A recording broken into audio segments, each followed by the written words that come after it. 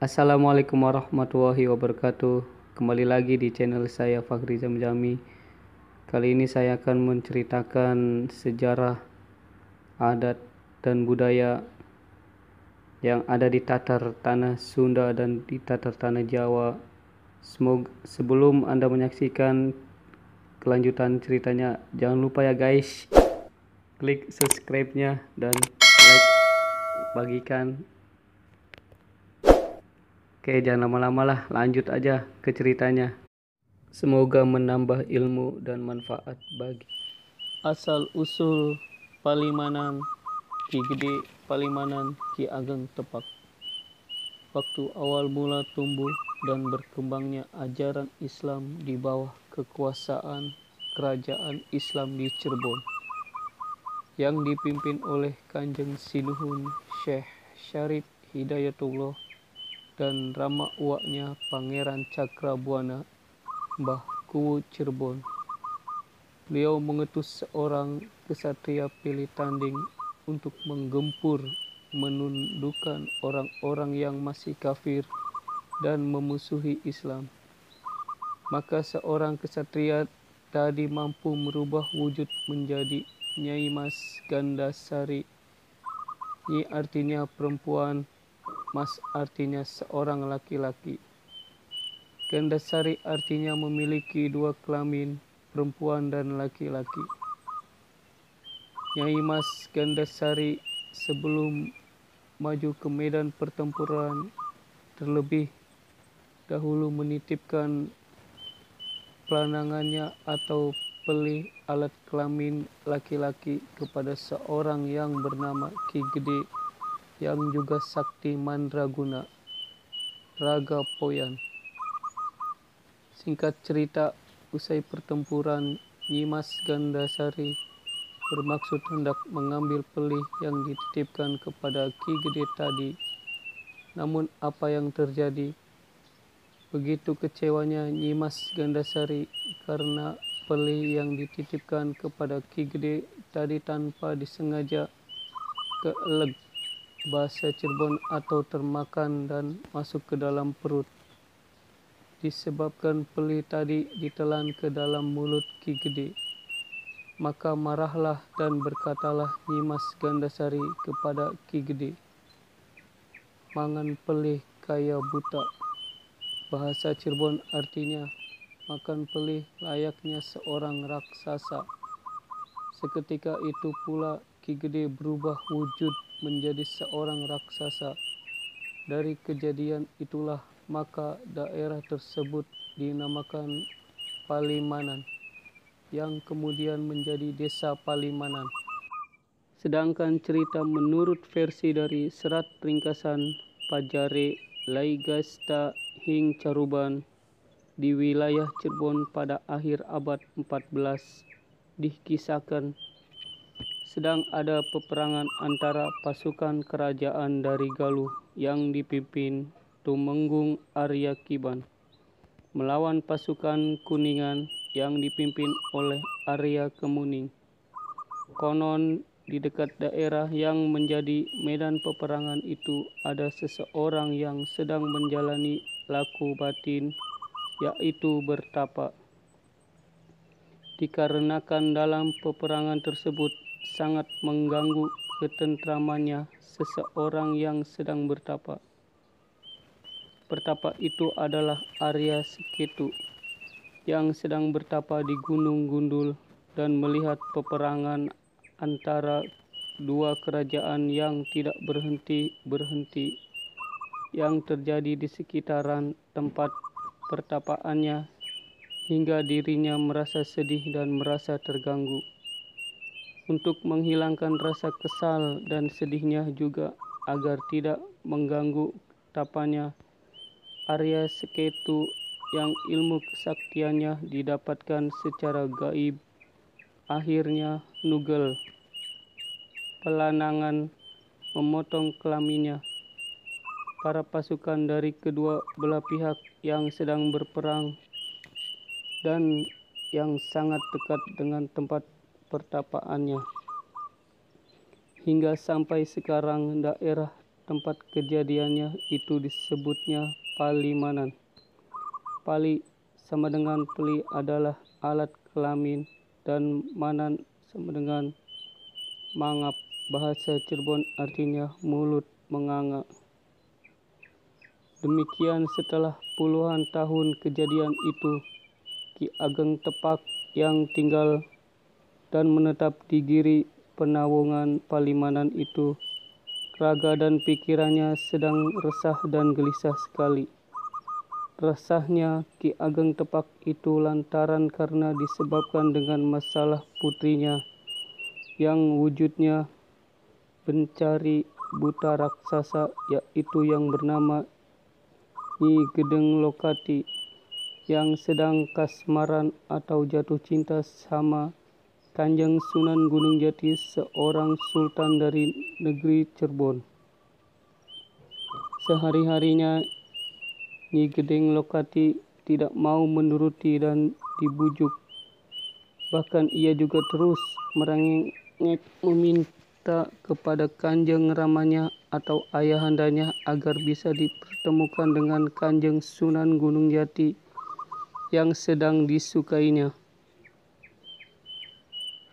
Karena keinginan putrinya itu, Ki Ageng Tepak menghibur putrinya yaitu Nyi Gedeng Lokati supaya melupakan Sunan Gunung Jati yang sedang disukainya atau digandrunginya.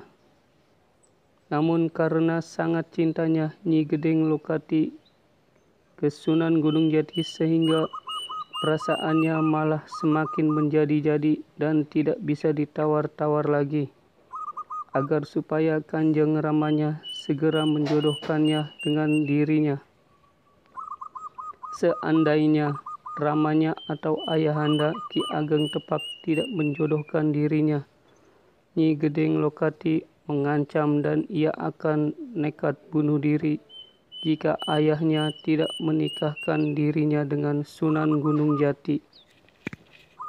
Jadi untuk menyelamatkan dan menyenangkan hati putrinya, Ki Gede Tepak dengan kesaktiannya berusaha mengubah wujud putrinya yang menjadi mencari buto raksasa itu menjadi manusia yang paling cantik rupawan.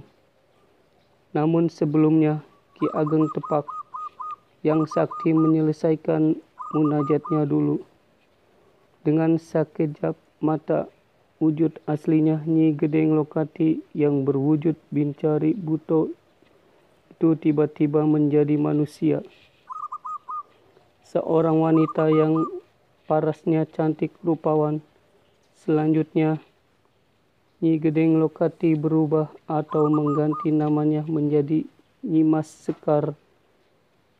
Mendapat yang rambut panjangnya dihias memakai jimat tusuk konde pemberian Ki Ageng Tepak Ramandanya.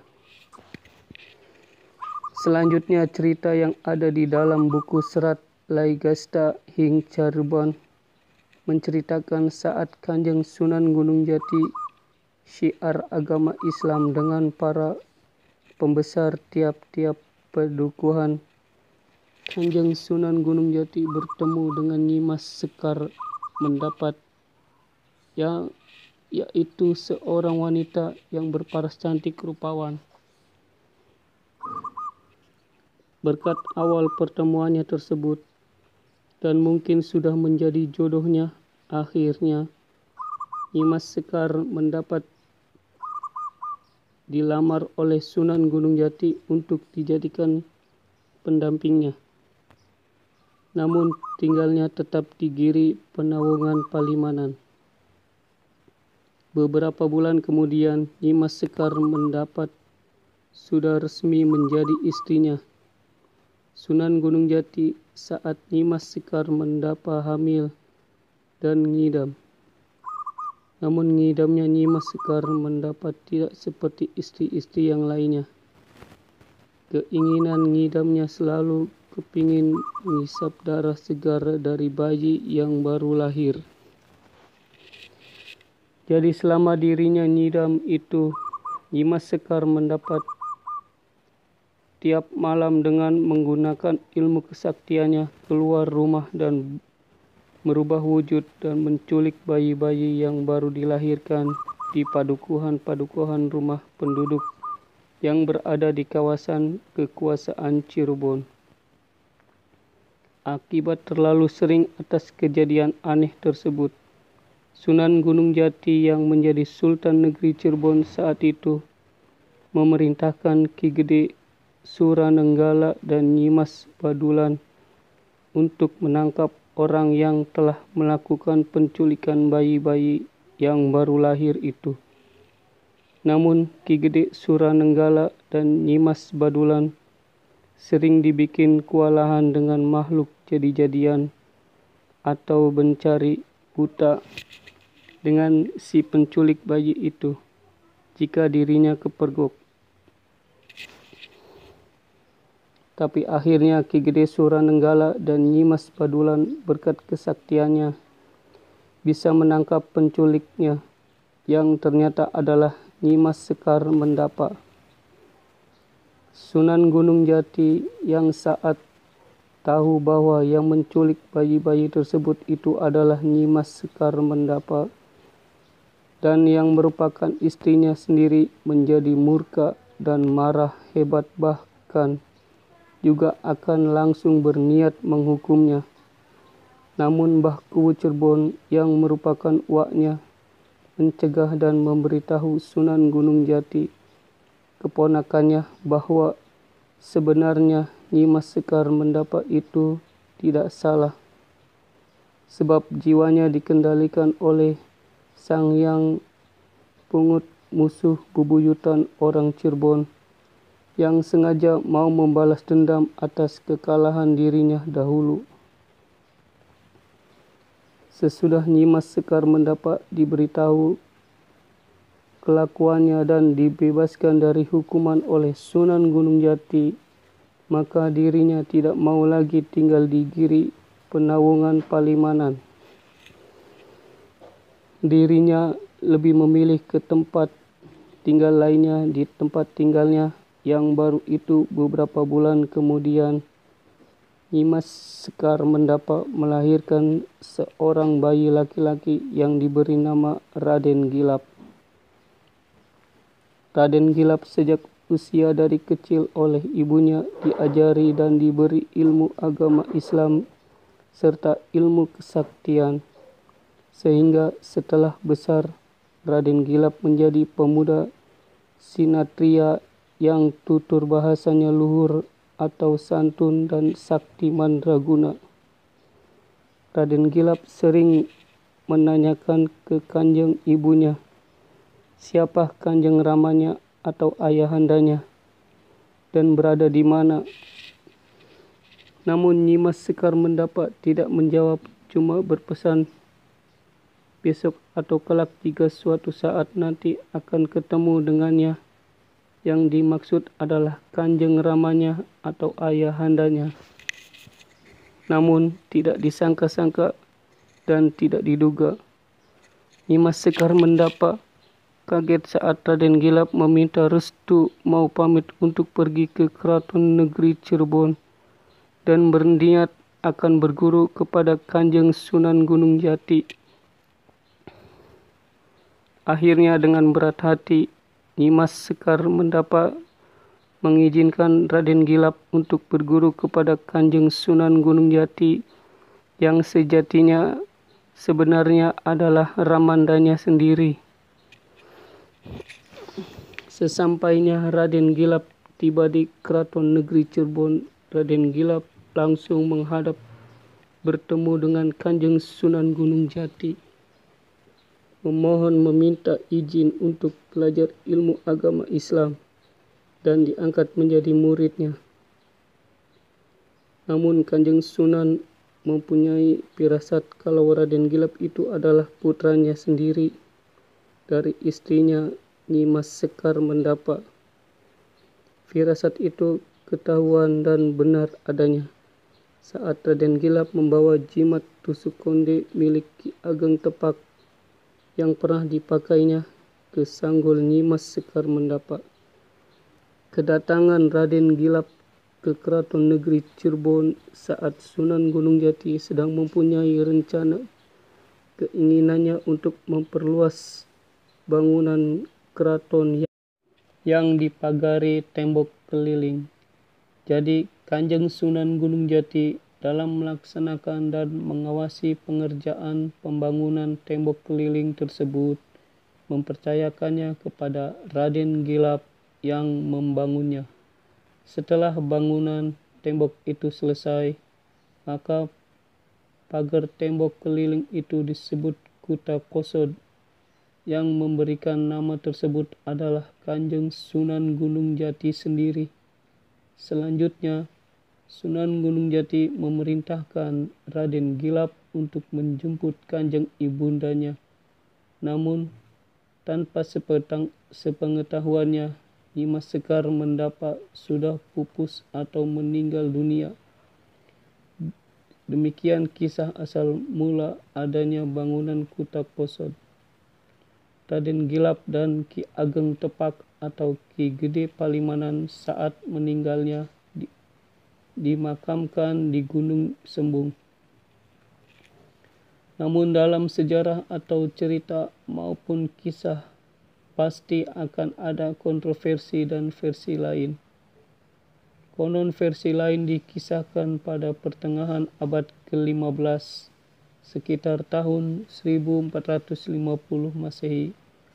Wilayah Padukuhan Cirebon atau Cirebon masih dikuasai Prabu Cakraningrat Kerajaan Galuh yang berkedudukan di Raja Galuh bawahan Kerajaan Pajajaran. Pada saat itu, penguasa Kerajaan Galuh Pakuan untuk wilayah Cirebon dipercayakan kepada panglima perangnya yang bernama Ki Pati Arya Kiban atau Ki Gede Palimanan, dibantu oleh Arya Gempol, Arya Sutem, Arya Igel, dan yang lainnya. Pusat perwakilan kerajaan berkedudukan di Palimanan sebagai pintu gerbang pertahanan dan untuk memantau mengawasi situasi kerajaan Islam Cirebon di bawah pimpinan Syekh Syarif Hidayatullah atau Sunan Gunung Jati. Pada masa Sunan Gunung Jati memimpin kerajaan Cirebon, ada satu peristiwa yang sempat menggemparkan seluruh kerajaan. Banyak anak bayi yang baru berumur 15 hari hilang tanpa bekas. Peristiwa tersebut sangat meresahkan seluruh penduduk Cirebon. Hebatnya, bayi-bayi tersebut tidak ketahuan siapa yang mencurinya. Hal ini mengakibatkan penduduk melakukan penjagaan ketat di seluruh wilayah kerajaan, terutama penduduk yang baru mempunyai bayi berumur 2 minggu tersebut. Tetapi tetap saja penculik bayi tersebut terus terjadi dan makin membuat takut penduduk. Siapakah gerangan yang telah menculik bayi-bayi tersebut? Seluruh pejabat kerajaan Cirebon langsung mengadakan rapat untuk membicarakan dan mencari tahu apa dan siapa yang menyebabkan penculikan ini. Akhirnya Pangeran Patang Aji, anaknya Sunan Gunung Jati, diberi tugas untuk menyelesaikan masalah ini dengan tuntas. Segala cara telah dilakukan, tapi tetap saja penculikan masih terus terjadi. Hebat sekali orang yang menculik bayi-bayi tersebut, pikir Pangeran Patang Aji. Karena dijaga ekstra ketat pun masih bisa lolos. Akhirnya Pangeran Patang Aji melakukan meditasi untuk mengetahui siapakah yang telah menculik bayi-bayi tersebut. Betapa kagetnya Pangeran Patang Aji setelah mengetahui sosok tersebut dari hasil meditasinya.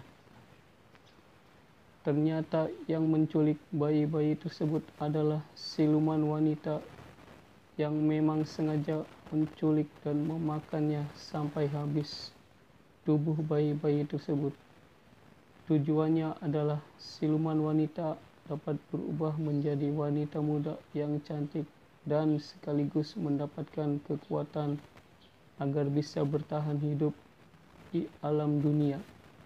Siluman wanita tersebut bernama Endang Banowati.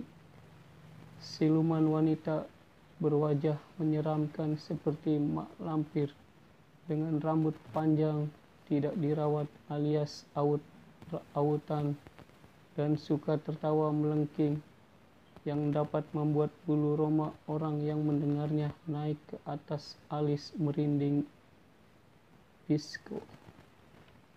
Memang Endang Banowati mempunyai kemampuan untuk menyirap orang sehingga tertidur pulas. Pada suatu malam, Pangeran Patang Aji membuat sebuah perangkap di sebuah rumah penduduk yang istrinya baru mempunyai bayi berumur 15 hari. Dengan ilmu penangkal sirap dan cambuk saktinya, maka dipancinglah Endang Banowati untuk datang ke rumah tersebut. Tepat jam 12 malam, terdengarlah suara tertawa melengking yang bisa membuat orang tertidur. Tapi dengan persiapan yang matang, orang-orang yang berada di rumah tersebut tidak mempan. Baru saja Endang Banowati mau masuk ke rumah dan ingin mengambil bayi yang berada di samping ibunya, langsung terhempas keluar. Rupanya bayi dan ibunya telah diisi ilmu penangkal lewat bacaan-bacaan asma Allah Subhanahu wa Ta'ala. Saat terhempas itulah Pangeran Patang Aji berusaha menahan Endang Banowati, tetapi dengan licinnya Endang Banowati dapat melepaskan perangkap yang telah disiapkan sebelumnya. Dengan satu gerakan, Endang Banowati melesat meninggalkan rumah penduduk. Pangeran Patang Aji juga tidak menyerah dan mengejar Endang Banowati. Akhirnya, Pangeran Patang Aji tiba di sebuah gua di daerah Palimanan, dan kebetulan hari menjelang subuh. Pangeran Patang Aji dan beberapa anak buahnya menunggu di luar gua sambil memasang jaring goib di muka gua dengan harapan Endang Banowati tidak bisa lagi keluar kemana-mana lagi atau diisolir di dalam gua. Pangeran Patang Aji sangat mengerti kalau Endang Banowati tidak akan mampu bertahan lama di dalam gua selama belum mendapatkan mangsanya. Sampai menjelang maghrib pagi, terdengar suara teriakan yang keras dan melengking. Dengan emosi, beberapa kali Endang Banowati mau keluar terhalang jaring gaibnya Pangeran Patang Aji. Sementara kalau terus di dalam gua, Endang Banowati merasakan panas yang teramat sangat. Akhirnya Endang Banowati menyerah juga dan hanya bertahan di dalam gua selama 3 hari. Endang Banowati memohon ampun kepada Pangeran Patang Aji karena sudah tidak kuat lagi menahan panas dan sakitnya yang menjadi-jadi akibat ilmu kanuragan yang dimiliki oleh Pangeran Patang Aji. Kemudian Pangeran Patang Aji memasuki gua untuk melihat situasi dan kondisi di dalam. Tampak Endang Banowati bersembunyi di sebuah sudut ruangan gelap dalam gua agar tidak terkena sinar matahari. Dengan wajah yang merah dan sekujur tubuhnya melepuh, Endang Banowati bersujud memberikan penghormatan kepada pangeran dan sekali lagi memohon ampun. Betapa terkejutnya Pangeran Patang Aji ketika melihat beberapa potongan tubuh manusia kecil yang nampaknya tubuh bayi yang masih orok dan meninggalkan warna merah di potongan tubuh tersebut. Sisa tulang belulang yang berserakan di salah satu ruangan gua tersebut terasa saat diinjak. Pangeran Patang Aji tampak geram dan murka melihat suasana di ruangan tersebut. Apa yang telah dilakukan Endang Banowati terhadap bayi-bayi yang diculiknya. Endang Banowati dengan terpaksa menceritakan secara rinci segala telah perbuatannya. Bayi-bayi tersebut dimakan dengan sangat puasnya dan kadang tanpa meninggalkan sisa potongan tubuh satupun. Biadab, begitu teriakan Pangeran Patang Aji. Baru saja Pangeran Patang Aji ingin mengacungkan cambuknya. Tiba-tiba Pangeran Patang Aji tersadar kalau Endang Banowati telah minta maaf. Sesungguhnya segala kebaikan itu datangnya dari Allah Subhanahu wa Ta'ala, dan bila ada salah kata dan hilaf dari saya, mohon dimaafkan. Terima kasih. Wassalamualaikum warahmatullahi wabarakatuh. Bisa bertahan hidup di dunia dan dengan darah bayi umur 15 hari, itulah yang bisa merubahnya menjadi wanita pada umumnya. Bayi yang dibutuhkan oleh Endang Banowati sebagai tumbal berjumlah 40 bayi, tapi tinggal satu lagi sudah 39 bayi yang dikorbankan. Malah tertangkap oleh Pangeran Patang Aji. Ketika didesak oleh Pangeran Patang Aji, apa alasan sebenarnya Endang Banowati memakan bayi? Maka terungkaplah kalau sebetulnya Endang Banowati ingin menjadi manusia dan merasa iri melihat kemuliaan seorang manusia. Pangeran Patang Aji mengatakan kalau itu sudah menjadi kuasa Allah Subhanahu wa Ta'ala dan Endang Banowati harus menerima takdirnya. Terus saja Endang Banowati menangis dan merintih. Betapa kurang beruntung nasibnya sementara untuk melakukan aksinya supaya bisa seperti manusia, terhalang oleh perlawanan Pangeran Patang Aji. Endang Banowati terus memohon agar diberi kesempatan untuk menculik satu bayi lagi agar wujudnya bisa sempurna seperti seorang wanita. Pangeran Patang Aji tetap pada pendiriannya yang menolak permintaan Endang Banowati. Untuk itu, Endang Banowati mengatakan lebih baik Pangeran Patang Aji membunuhnya saja daripada hidup tersiksa dan terisolir.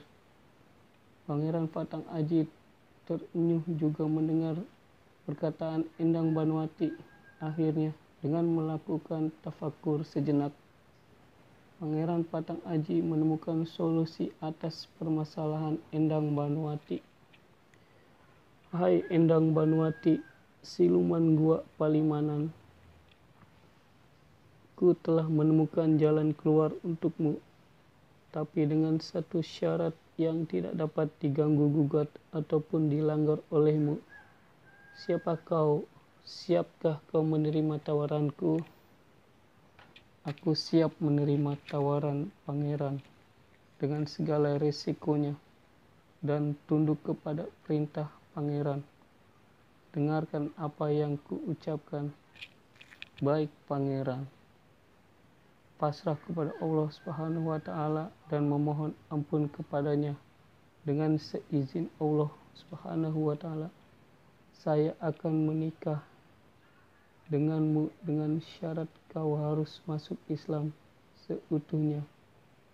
Kemudian kau dilarang untuk memakan atau membunuh bayi-bayi yang ada di seluruh kerajaan Cirebon khususnya, dan yang ada di muka bumi ini pada umumnya.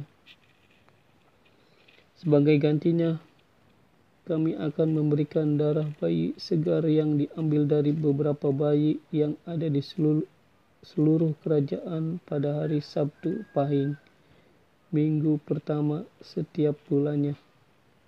Apakah kau menerima tawaranku, hai Endang Banowati, siluman gua Palimanan? Endang Banowati tampak diam sejenak dan menyatakan kesanggupannya untuk menerima tawaran Pangeran Patang Aji.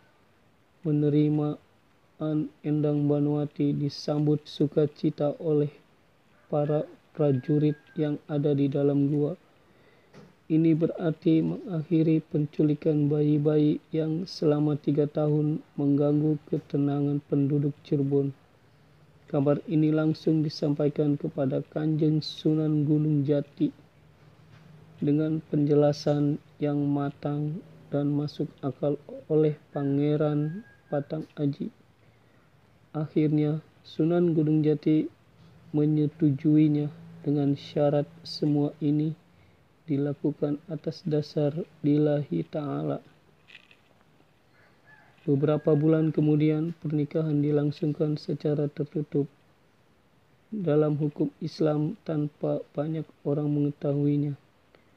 Setelah menikah, Endang Banowati tetap tinggal di Goa Palimanan dan sesekali dikunjungi oleh Pangeran Patang Aji sambil membawakan darah bayi untuk dijadikan santapan Endang Banowati.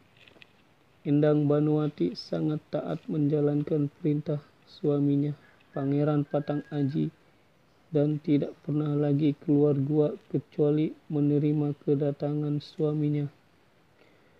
Dari pernikahannya dengan Pangeran Patang Aji diperoleh anak tunggal berjenis kelamin laki-laki dan diberi nama Raden Kilab. Raden Kilab lahir layaknya manusia biasa, tetapi yang membedakan adalah lidahnya bergerigi seperti lidah buaya.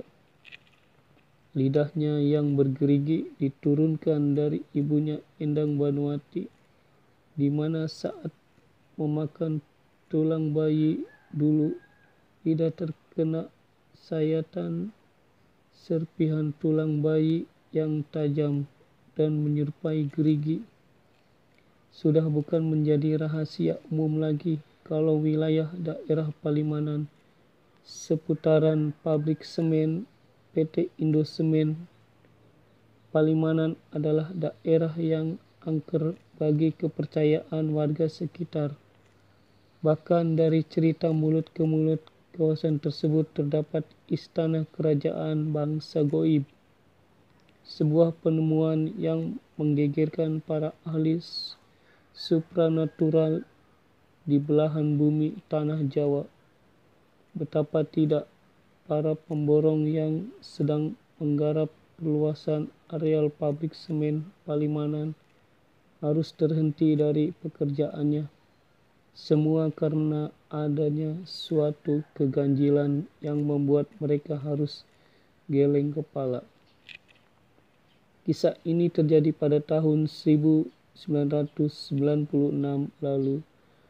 Berawal dari pembangunan pabrik semen yang arealnya ingin diperluas, konon dengan alat berat dan peralatan mesin canggih. Areal yang sekelilingnya berupa perbukitan ini satu persatu mulai diratakan. Namun dalam penggarapannya ada satu keanehan yang terjadi, yaitu di tengah areal yang sedang digarap ada satu gundukan tanah yang tidak bisa dihancurkan oleh tenaga mesin.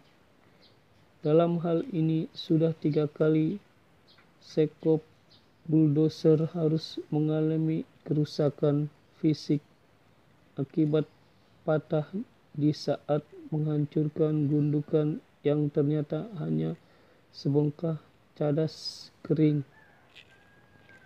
Dan kejadian ini pula pemborong akhirnya menghentikan pekerjaannya selama beberapa bulan karena takut terjadi sesuatu yang tidak diinginkan. Lantas apa yang sesungguhnya terjadi dengan diri si pemborong? Sebagai seorang pemborong yang sering menangani proyek besar, baru kali ini ia merasa sangat ketakutan. Konon sejak menangani proyek pelebaran areal pabrik semen, si pemborong ini selalu didatangi makhluk dari dimensi alam lain yang menuntut agar pekerjaannya dihentikan. Sejak saat itu pula beliau akhirnya mencari beberapa orang pintar yang bisa menangani masalahnya. Namun entah sudah berapa puluh paranormal yang didatangkan, tapi tetap saja beliau ini masih selalu diganggu oleh puluhan bangsa lelembut areal Palimanan. Sehingga dengan kondisi seperti ini, terpaksa bagian pengelolaan pabrik semen membatalkan seluruh kontraknya. Kini areal tersebut tidak ada yang berani meneruskan, bahkan para pemborong lainnya pun enggan menerima tawaran dari manajer perusahaan. Mereka semua takut dengan apa yang sudah dialami oleh pemborong pertama. Lain pemborong lain pula dengan beberapa orang yang merasa mempunyai kelebihan oleh batin. Sejak tersiarnya kabar yang menggemparkan ini, para jawara dan ahli ilmu al-hikmah lainnya, mereka antusias datang menguji nyali untuk mendapatkan satu petunjuk tentang apa sebenarnya yang ada di dalam gundukan tanah kering ini. Sampai-sampai sekop bulldozer tidak sanggup untuk menghancurkannya. Bahkan tidak kalah menghebohkannya, hampir para jawara kebatinan dari beberapa daerah yang sudah jauh-jauh datang ke lokasi ini telah mendapat sebuah wangsit yang menyatakan bahwa di dalam gundukan tanah tersebut ternyata terdapat sebuah mustika pilih tanding kepunyaan dari Pangeran Tepak Palimanan, Ki Gede Palimanan. Dengan adanya isyarat ini, hampir semua paranormal dan orang pintar lainnya yang datang ke lokasi, mereka rata-rata ingin mendapatkan mustika yang konon punya tuah sangat luar biasa. Sehingga dengan segala kemampuannya ini mereka mulai mencari tempat penarikan yang dianggap bisa dijadikan lahan penarikan mustika tersebut. 1 bulan telah berlalu dan mustika yang menjadi rebutan para jawara ini belum juga muncul dari persembunyiannya. Satu persatu para ahli batin akhirnya pulang dalam keadaan tidak membawa hasil. Di tempat lain, tak jauh dari lokasi di mana mustika pilih tanding sedang diperebutkan, ada salah satu orang yang sama sekali tidak tertarik dengan hebohnya mustika yang sedang ramai di pergunjingan banyak orang. Beliau ini bernama Bapak Suparman, asal daerah Panjalin, Majalengka. Sehari-hari Suparman bekerja sebagai tukang pecah batu yang penghasilannya sangat minim. Di samping ini, beliau juga terkadang membantu masyarakat sekitarnya dalam hal menyembuhkan penyakit non-medis. Maklumlah dengan keadaan yang serba pas-pasan. Walau beliau tergolong mempunyai banyak kelebihan dalam ilmu supranatural, namun baginya lebih condong mencari materi untuk bertahan hidup daripada memburu mustika yang dianggapnya belum pasti. Namun di tengah malam yang sangat sepi, seperti hari-hari biasanya, beliau ini selalu datang ke petilasan Sunan Bonang yang ada di sebelah barat Bukit Palimanan, guna mencari ketenangan batin. Tanpa disadari, beliau seberkas sinar putih yang sangat menyilaukan mata tiba-tiba terpancar terus-menerus dari salah satu areal yang akan dibangun pabrik semen. Dengan rasa penasaran, beliau akhirnya mendekati datangnya sinar tadi, dan ternyata sinar itu berasal dari gundukan sebuah tanah kering. Tanpa punya pikiran lain, beliau tambah mendekat di mana letak sinar itu berada. Setelah diamati secara seksama, sinar itu berasal dari sebuah cadas kering. Lalu dengan rasa penasarannya, Suparman langsung mengambil batu besar yang banyak berserakan dan menghantamkannya ke gundukan cadas tersebut. Maksudnya agar cadas tadi pecah dan apa yang menjadi sumber dari sinar tadi bisa keluar wujudnya. Ternyata usaha yang dilakukannya tidak sia-sia. Cadas tadi terpecah dan wujud dari sinar itu pun keluar, yaitu sebuah batu berwarna putih yang masih dalam keadaan menyala. Dan saat beliau ini akan mengambil batu bercahaya tadi, tiba-tiba dalam batu itu keluar seekor babi yang sangat besar sekali.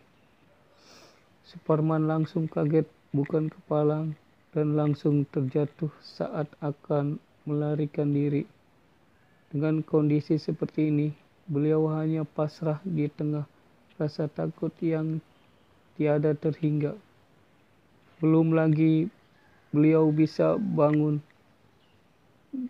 Dalam pancaran batu tadi keluar juga seekor macan loreng yang sangat besar.